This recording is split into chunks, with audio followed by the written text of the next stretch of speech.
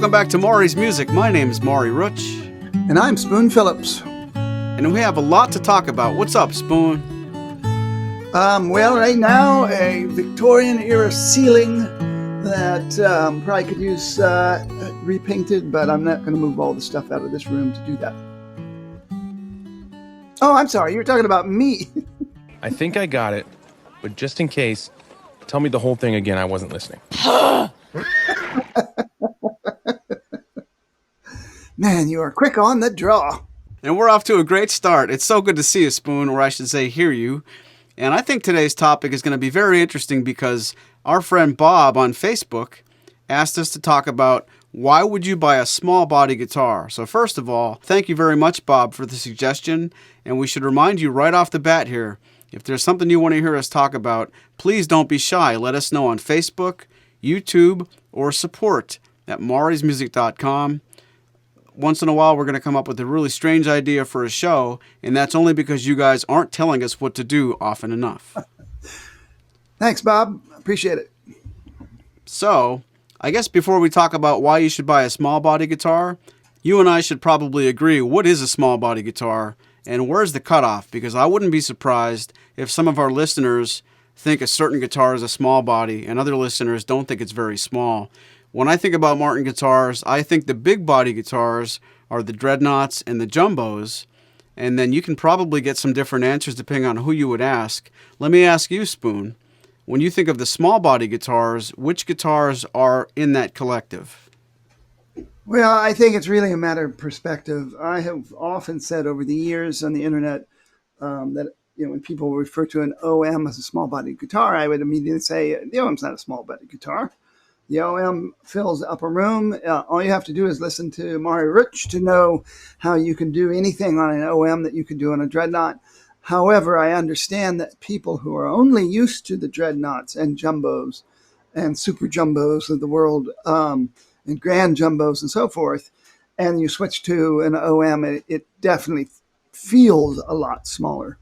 So, and just above that, you have the M's, the grand auditoriums, or the quadruple O's, as they call them, too. And so I think that's kind of the watershed because that's a wide, that's a 16-inch wide top and back. So I can't conceive of those as qualifying as small, but they have the same depth as the OM and triple O and double O. So again, if you're only used to the deep-bodied guitars, then you would have to say, that's maybe the borderline when you get to the M's. We haven't even mentioned the grand performance guitars, and those, I think Martin has always considered those large-bodied guitars. They have a deeper body than the triple O,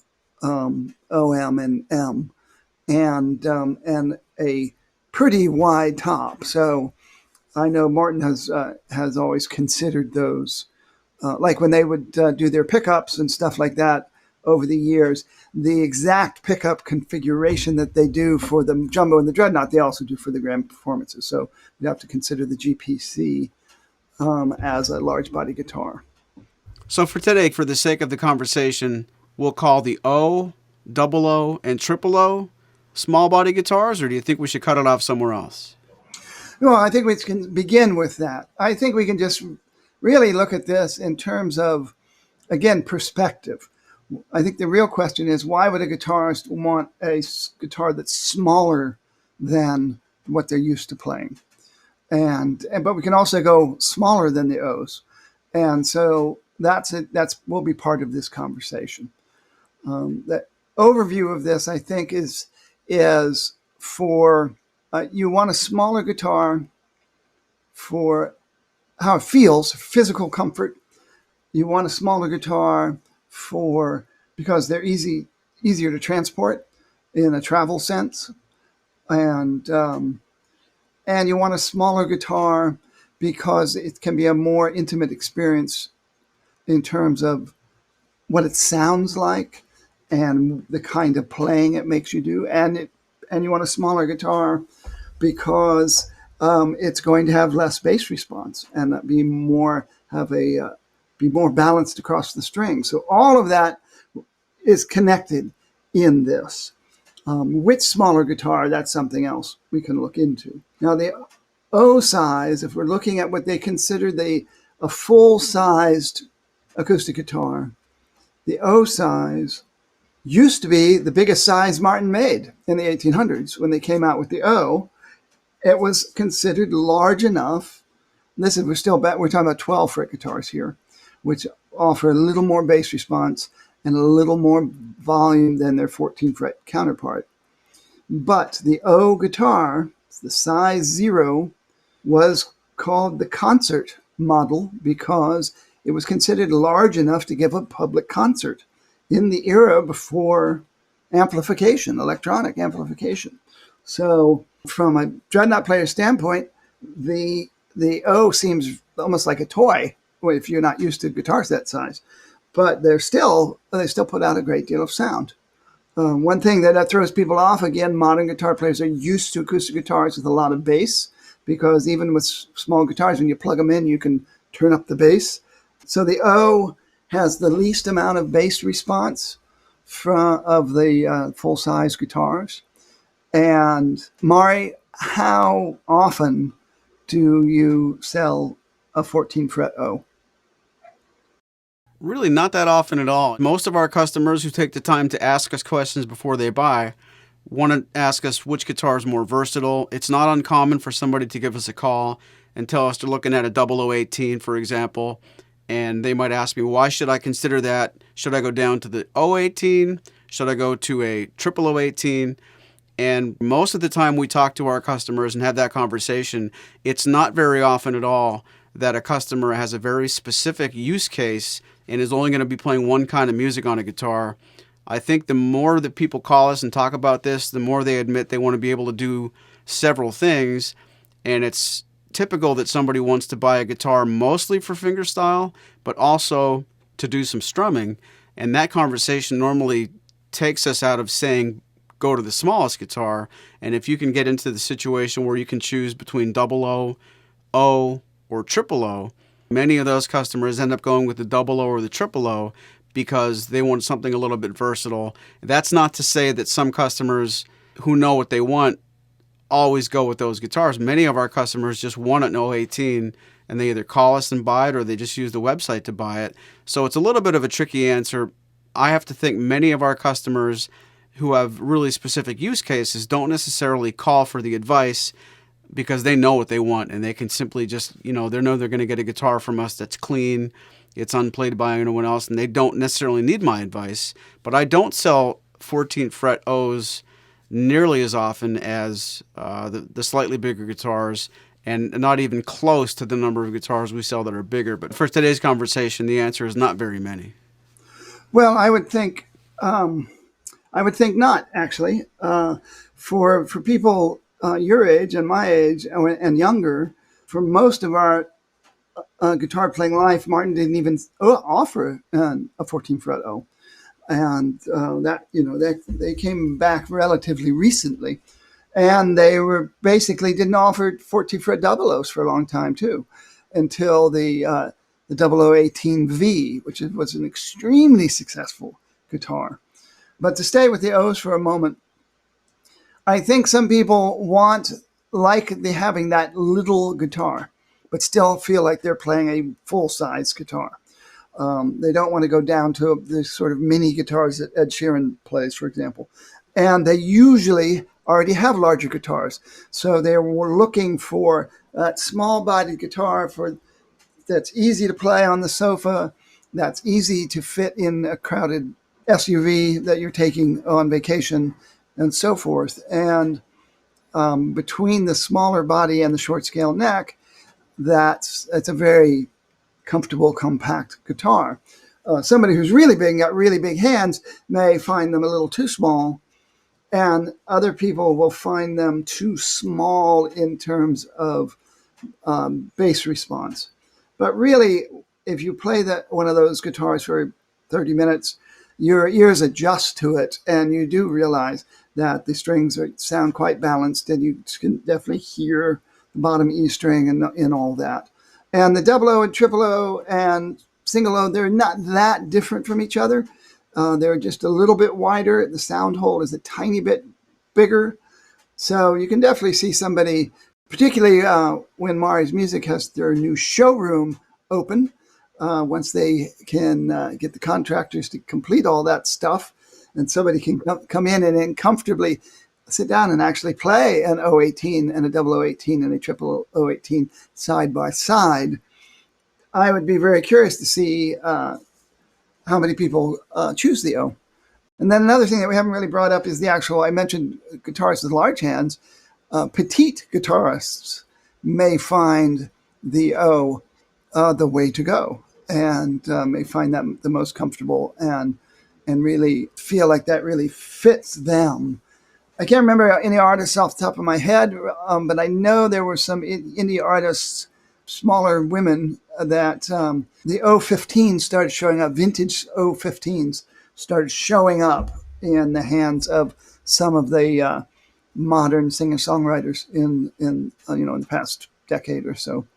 And was that your stomach? Yes. That's the joys of taping this program during lunchtime. I'm glad to hear that. Okay. So to move up to the double O, I mentioned the 0018V in the old vintage series, and what a popular guitar that was, because for most people, certainly everybody I knew that were basic, players used to modern guitars and weren't around a lot of vintage guitars, it was the first 14 fret double O they'd ever seen. And everybody just assumed it was going to sound like a much smaller guitar than it actually is. And the short scale neck with the slightly smaller body, slightly shorter body. So that short scale neck, the frets are even a little bit closer to your torso. It's just a very comfortable playing experience and puts out plenty of sound. And again, once your ears adjust, puts out plenty of bottom end. It's not, it's not going to sound like a D18 by any stretch of the imagination. And that's what you're used to. At first, your ears are going to really miss the bass. But still, truly full-size guitar. They called that the Grand Concert when the old 12-fret double O was officially added to the catalog in 1876, I think, or maybe it was 1867.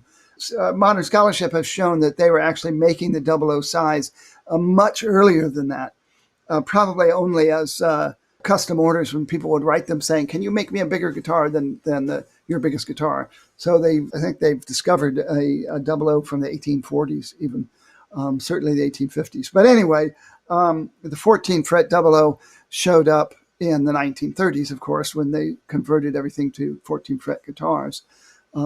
Should point out that everybody knows about the famous OM orchestra models being the 14 fret guitars that revolutionized the modern flat top steel string guitar. A lot of people don't know that Martin also offered orchestra model style 14 fret design in the O size right away as well. But a lot of people are not aware of that fact, that there was some 14 fret O's made all the way back to the very beginning of the 14 fret era. But the 14 fret double O showed up in 1934. And interestingly enough, one guitar that they almost never made in a 14 fret double O was the 0028.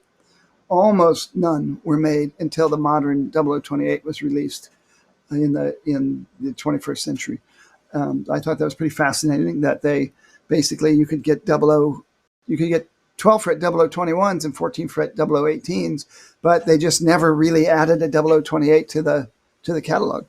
So that's kind of a modern guitar, really, which is ironic since it's small, and we've only recently gotten back to small guitars. But I think they're very successful models. Again, why would somebody pick a double O over an O? Because it's a little bigger voice and a little more projection and a little more bottom end oomph. But why would you pick a double O over a triple O? That's going to depend on the person.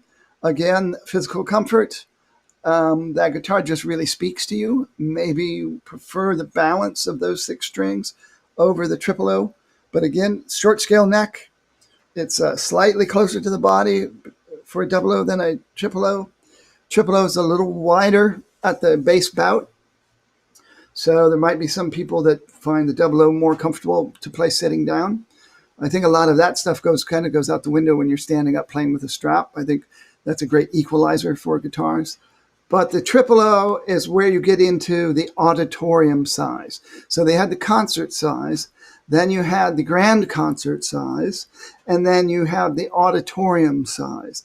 So it's hard to the modern mind to imagine somebody playing a 12 fret triple O in, let's say, Carnegie Hall without microphones. But that was, I guess people just learned to shut up and listen, and in an acoustic, a good acoustic hall, to hear somebody playing a guitar of that size. Ladies and gentlemen, stop what you're doing and listen. Exactly. But then you get into the difference again, the 12 fret and the 14 fret.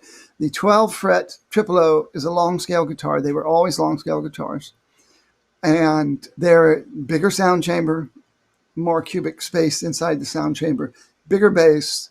And it's one of the reasons the 0015 SM has been was such a good seller for such a long time. And when you go to the 14 fret, you get a different kind of sound. It's less woofy or tubby, or however you might want to. It's less thick and throaty, but still has good bass response.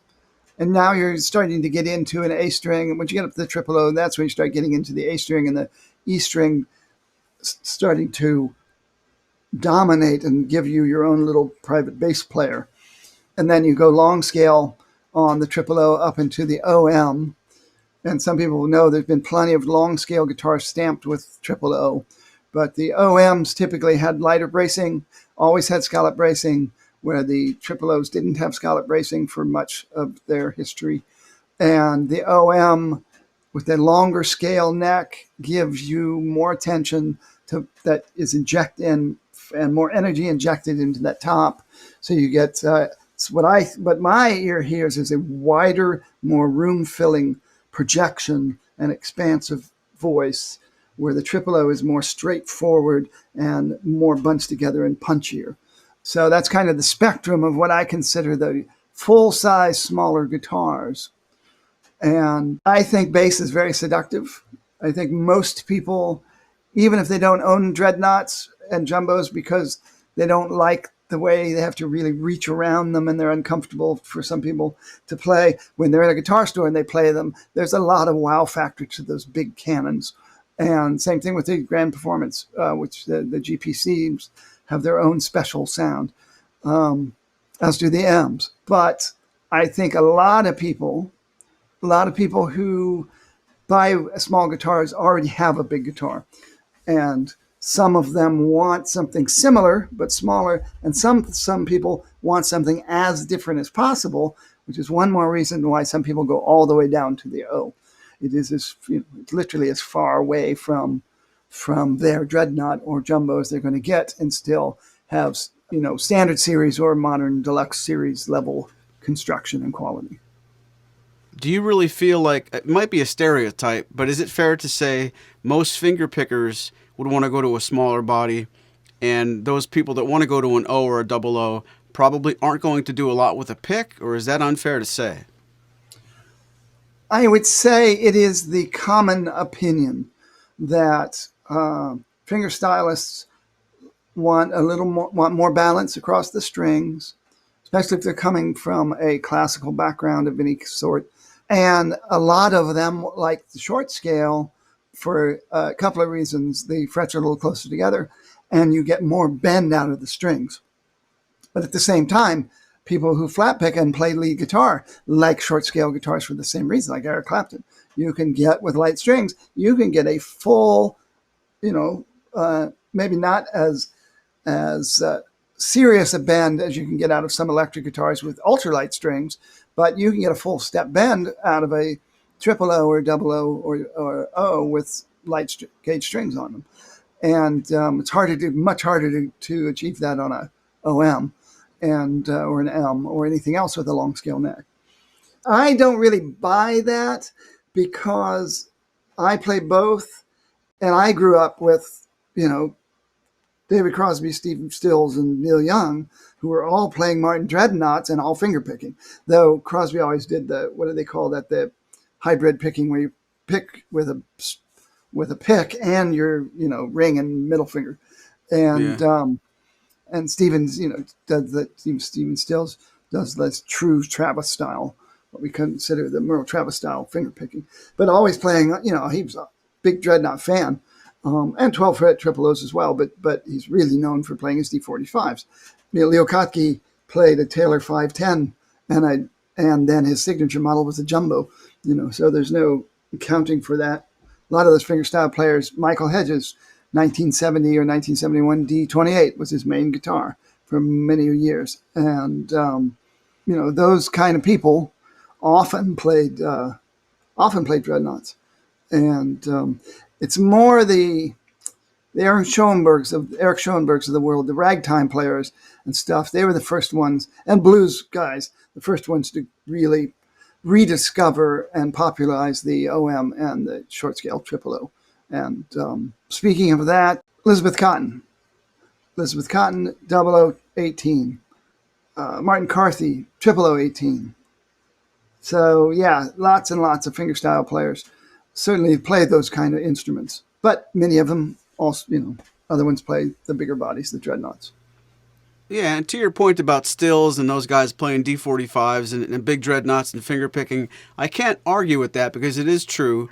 But when I play a Martin guitar here at the store and I finger pick a dreadnought, and then I go and I finger pick an OM, and then I go and finger pick a short scale double O, the smaller that the guitar gets, to my ears, I appreciate the tone more of the smaller guitars because the bass is not overpowering the rest of the voice of the guitar.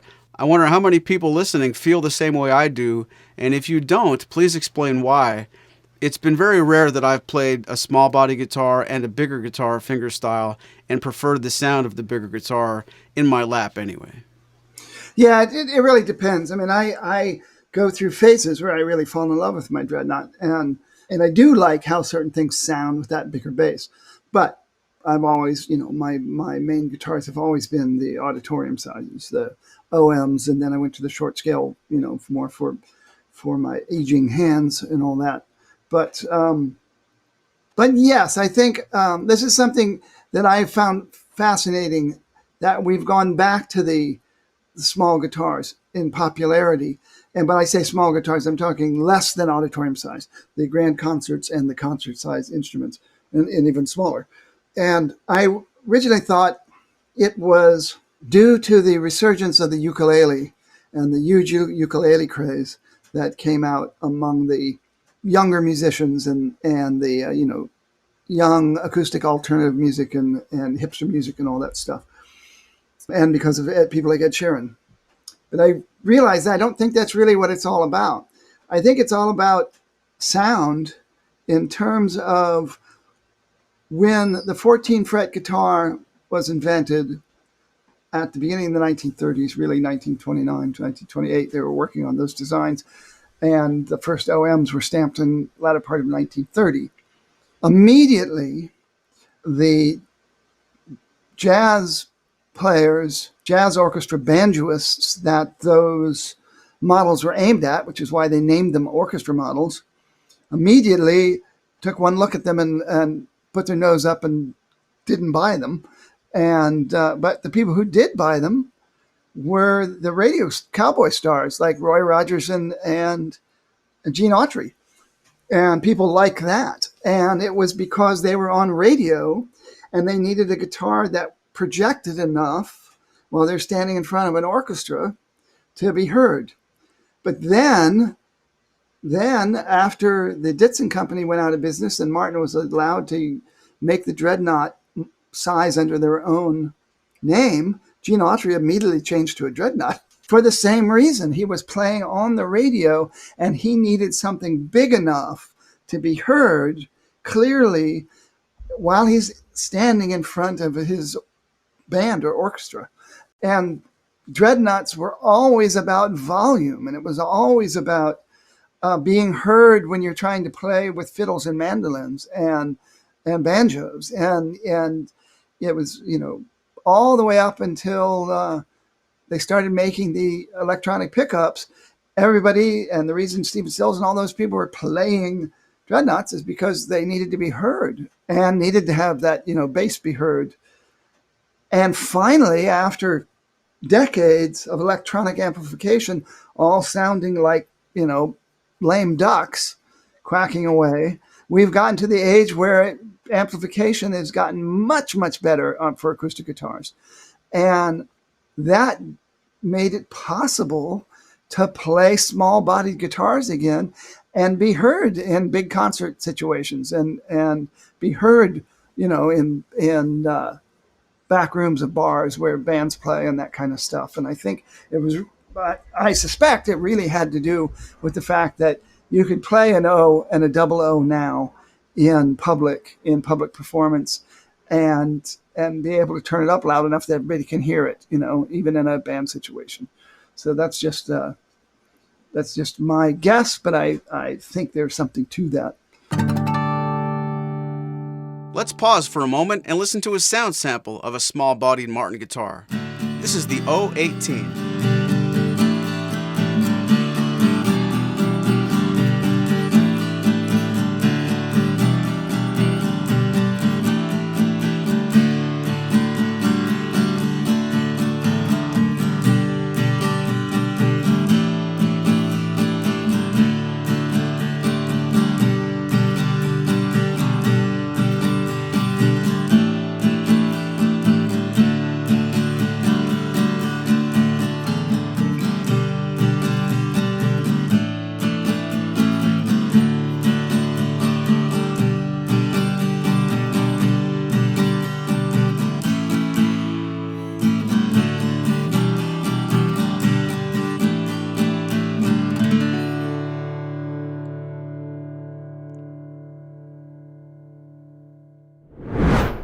I think it's great that people are, buying those guitars again, that Martin actually, found it was worth making a 0028 and to make 14 fret O's again.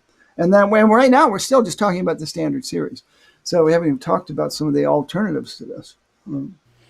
True. And I should ask you, in your travels, you and I just came back from Martin Fest, not more than a few weeks ago, and we got to see a lot of our friends and a lot of their Martin guitars. I wonder how many people make the decision to go to a smaller body guitar based on the size and comfort or the tone, because like you said, in this modern day, if a lot of those guys might be playing at home as much as they're playing on stage, when you're playing on stage, you can certainly do anything you want with the equalizer. And if you want to take a look at going from triple O down to double O down to single O, I wonder how many people are basing their decision on the way it sounds and not the way it feels. Well, that's a good question. I think it's a good question for the listeners, particularly the ones that can respond via YouTube. If you own a guitar that's smaller than an OM, say, so that we can include short scale triple O's in this question, why do you have it? And do you have another guitar, a larger guitar as well? That'd be one question.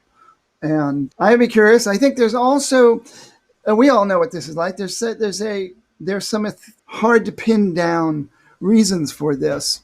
There's a certain amount of feel. You know what it's like when you're introduced to a guitar that you start playing it and it's a lot of fun to play and it's bringing music out of you that nothing else has brought out of you before and so forth. There's a lot of big name players who write on small body guitars, even though they don't play small body guitars in concert, let's say.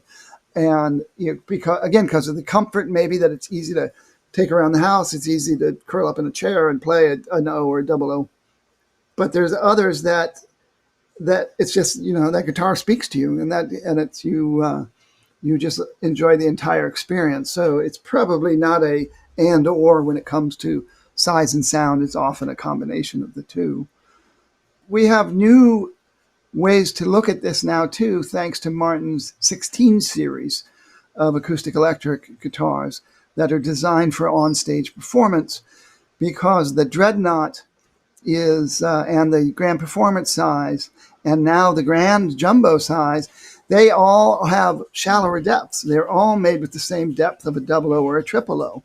And it's not a revolutionary concept. Martin made shallow bodied dreadnoughts a long time ago, in the early amplification era, and then I don't remember when, the 1980s, they briefly tried some wide body, shallow sided instruments. But this is a whole new thing with the modern amplification, and they're just more comfortable to play. So some people will buy a D16, either in mahogany or rosewood, because of how it feels as much as how it sounds.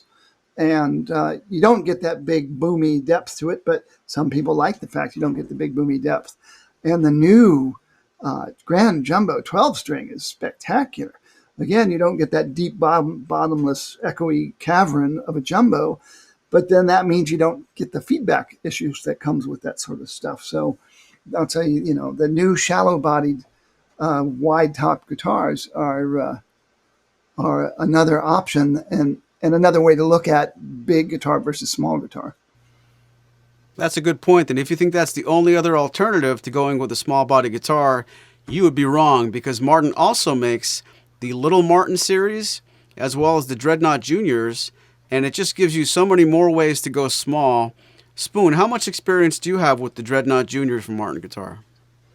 I've not seen them very often. I saw them at Maury's Music, of course, and I've seen them here and there. There have been an occasional Martin Fest where somebody's had one. And some of you maybe remember the size 7 Martins that were made briefly in the 1970s that were a mini dreadnought. And I think it was actually Dick Bulk who came up with that. And when he was first designing it, he thought all he had to do was do the math and shrink all the everything down to make this mini dreadnought, and it didn't work, and they didn't sound right. And he said C.F. Martin III came by and asked him how it was going. And he told him, and he took one look at it, and he said, "Oh, well, you have to do this," and it had something to do with the bracing placement. And he knew from his experience of something that has to do with wood and sound and how it's produced, a more phenomenal thing that kind of defied the math, of just taking everything down a certain percentage. And he said, well, you just have to. And it was like, I don't know, it was X brace placement or something like that. Dick can certainly tell you; he'll certainly remember. And all of a sudden, it just worked. And so they put out that guitar, and it was a novelty guitar. A lot of people didn't buy many of them. They even made them, I think, in style 25 or 37 at Koa back and sides, as well as rosewood. And then years later, Tim Teal revisited that idea and came up with the Dreadnought Junior. And they figured out that they needed to actually change the body shape a little bit to make it sound better than the old size 7 Dreadnoughts. But I think they're always fun to see on stage when you see somebody that pulls one of those out and plugs it in and gets, because of modern amplification, you get a nice, really big sound out of them. So, yeah, the undersaddle pickup doesn't know that the guitar is little, and it just sounds really, really nice. Yeah, it really does. And they're great travel guitars. That's the other thing, too, for people who don't want to switch to a ukulele. You can play either, a mini Martin, which is even smaller, or Dreadnought Junior, and they even have the Triple O Junior now, too. So that's an interesting question. If anybody is listening to this now or in the future, to put down there whether you have owned one of those extra small Martins, the Junior or these really small ones that are in the X series. Yeah, share your comments. We'd love to hear your feedback. And it's interesting because the D Junior, it's slotted right between the O and the double O as far as how big it is. What's really interesting to me is the scale length is an extra short 24 inches. Yeah, so it's definitely it feels smaller than it is. And again, if you're going from a full-size jumbo dreadnought to that, or jumbo, it feels really small. If you're used to playing double O's and triple O's, then it doesn't feel that small. It's not a big change to that, but it still looks like a dreadnought, and so that's part of its coolness factor as far as I'm concerned. So before we take the time to put a comparison video together between the Dreadnought Junior and something like a double O, let me ask you, Spoon, if I brought you in here to Maury's Music next week and asked you to work for us for a day, and the first phone call you got was somebody asking, should I do a 0018 or a Dreadnought Junior? How would you approach that answer? That's a very interesting question. I might ask them immediately, how big are they in their hands? Do they consider themselves a small person? Because that extra short scale neck is going to make certain things feel crammed together when you get up near the body. If they're mainly playing down in the first position in the usual C, F, G, D, A, B minor chords, then that's a fascinating question, because I don't know that guitar well enough to really imagine the sound of it and how they would compare sound-wise. So let me throw it back at you. How do you feel they compare tone-wise? Ironically, I think the Dreadnought Junior has a bass response that might be a little bit warmer, and I really do have to revisit both of these models to give an honest answer. But I think the interesting thing, from how much I can remember, something like a 0018 doesn't sound as, I'm going to have a hard time choosing my words here, but the bass on the 0018 doesn't wrap around you as much as the bass on a Dreadnought Junior. And I don't mean either one of these has bass like an HD28 would, but I think the overall voice of the guitar from memory might be a more spread out surround sound warmth on the Dreadnought Junior than the 0018 does. And ironically, I wonder how much of that has to do with the extra slinkiness or slack in the strings, because when you go from a triple O 24.9 scale up to a long scale OM with 25.4, the upper mid-range bark and projection all comes into play. I think almost like when you take a regular guitar, regardless of what it is, and tune it down a half step, and it becomes more mellow and not bassier, but maybe a little bit bassier and warmer. I think you're getting a warmth out of the Dreadnought Junior because of the shrunk down scale, and of course the shape. It's not just a gimmick or a novelty. The fact that the Dreadnought Junior is a dreadnought, even though it's little. I really want to go make that video now to see if I'm right, because I remember really thinking that the Dreadnought Juniors have a warmth, and I can't really put my finger on exactly why. I think that's fascinating. I knew you would have a good answer because you have much more experience with them than I do. But yeah, the slack in the strings, that's a very good point. That makes them, it certainly makes them more interesting to play, if not easier to play in terms of string tension. But also it's a unique thing. It's a unique sound, and it's something that people. I would say like an O. I was going to say this earlier about the O size. I would imagine there's some people, you say that some people call you up and they know what they want and they're going to buy an O, and they buy an O. I would suspect that a lot of them, it's because they saw one and they played one and they knew somebody who had one. And they're like, wow, this is a much bigger sounding guitar than I thought it was. This is much better. This is the real guitar. And I wonder with the Dreadnought Junior if it's not the same thing. I wonder if they sell themselves because somebody gets to play one and realizes how unique they are. And, I'm wondering how many people have been listening to this whole thing saying, when are you going to mention the OOL? If I was allowed to answer that question directly, when somebody said, should I get a Dreadnought Junior or should I get a 00, I was tempted to say, well, actually, I'd ask him to consider a OOL, because the OOL was first appeared as the CEO 7, which is so popular that Martin has not retired it. And this is a slope-shouldered 14-fret guitar. So it's designed clearly inspired by the Gibson size L. But the Gibson size L was itself inspired by Martin's 12-fret guitars. And it has a rounder upper bout where the shoulders are, where the neck comes out of the body. And so it has a little extra cubic space inside it. And it has a uniquely warm bottom mid-range. It's like this egg of oomph and warmth. And it sounds more that way to the player than the person out in the room. But it is itself a great option for people who like the idea of an O or a 00 but really wish they had more bass response. And that's exactly what the OOL gives you. And Martin has made various models with that from time to time, but most people end up ordering a custom because either they don't want the V-neck on the CEO7 or they want special woods and stuff like that. But that's also a very good option. A very good option for somebody who wants to go small, wants to go short scale, but is used to the dreadnought and jumbo big bass. So those are very cool guitars as well. How many people are listening to this program all the way to this point? We talked about 25.4 inch scale length, 24.9, 24 inch scale length, and it's still not the shortest scale length Martin offers. Who's with me? Let's go to 23 inches and talk about the LX guitars. Do you ever play a little Martin Spoon? Oh, yeah, of course. I have played little Martins.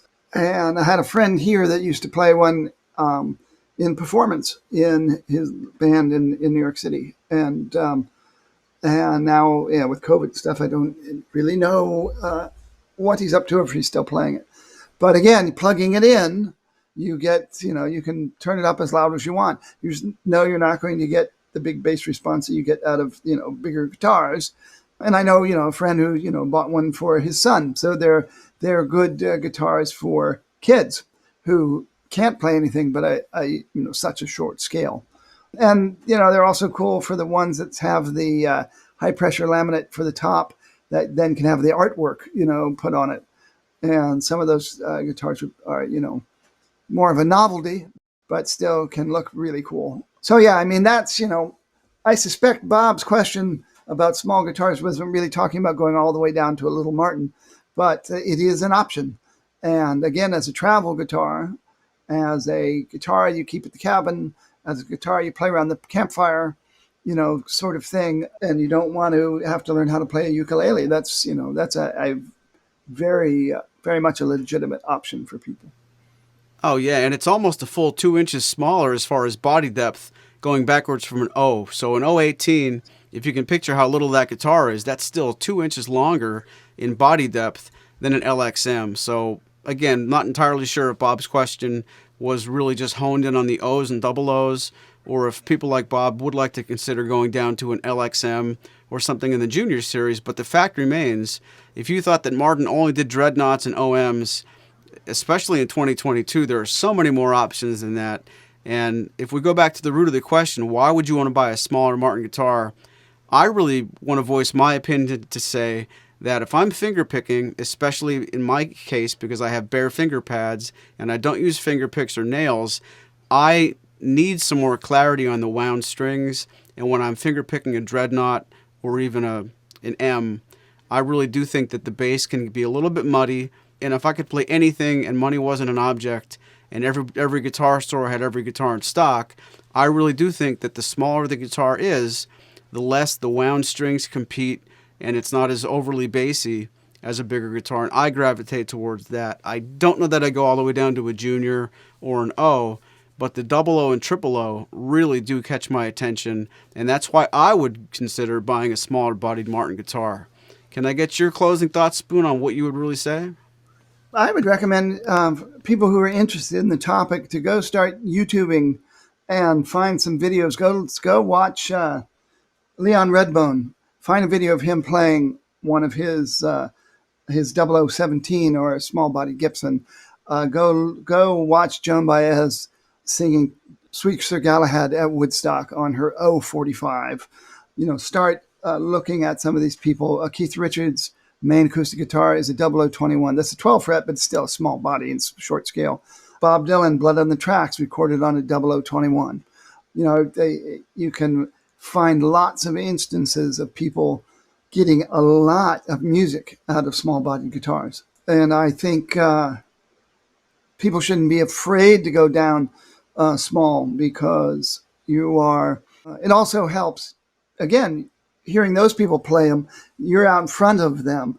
And if you get the chance to play one of those guitars, you have to remember all those guitars sound better, including OMs. They sound much better to the listener outside of the guitar than they do to the player. And I think jumbos and M's and dreadnoughts, it's the opposite. I think they sound better to the player because you're inside that big woofy tone bubble, and it sounds more impressive to the player than it does to the listener. Not that they sound bad to the listener, obviously, but you don't, that experience does not travel. And I think it's the opposite with an OM or a double O or an O, where the experience of the player is less than the experience of the listener, because all that's because of their projection and how that tone sounds as it comes out over the room. So let's face it, Maury Rutch's main guitar is an OM. My main guitar for all these years was an OM, and now it's a short scale triple O. So we're definitely coming from fan of small guitar point of view. But I love my dreadnought. I'll be playing my dreadnought and this weekend, as a matter of fact, and I have a show with the Highland Shatners coming up, and I need to play the dreadnought because I'm basically the drummer and the bass player for those guys. So I need that big bass. So that's my answer. I have to say, I agree with most of the stuff you were saying as far as the guitar under ear and the guitar out in front. And in the spirit of the way we're talking with these small body guitars, not only why would somebody buy a small body guitar, why would somebody listen to a small podcast? This podcast is just about over, because I think it would be terrible to make this our longest podcast talking about the smallest guitars. I don't know how you feel about that, but... Well, that's fine. And to be honest with you, it's a beautiful day here, and I'm looking forward to getting out in it. See ya! I want to thank all of you guys for listening, and if this podcast gave you the thought that you'd like to compare some small body guitars, we have more guitars in stock than we have in quite a long time, taping this in the summer of 2022. If you'd like to see two small body guitars compared specifically, please leave a comment below or email us at support@maurysmusic.com. My first thought is I'd like to compare the Dreadnought Junior to maybe a 0018 or something similar. But if you have a specific recommendation, don't be shy. Let us know what you want to see on YouTube. We'll do everything we can to get the right kind of content out there. From all of us at Maury's Music, thanks for listening. Hear you later. This has been a presentation of Maury's Music, your trusted source for Martin and Blue Ridge guitars. Find us online at maurysmusic.com.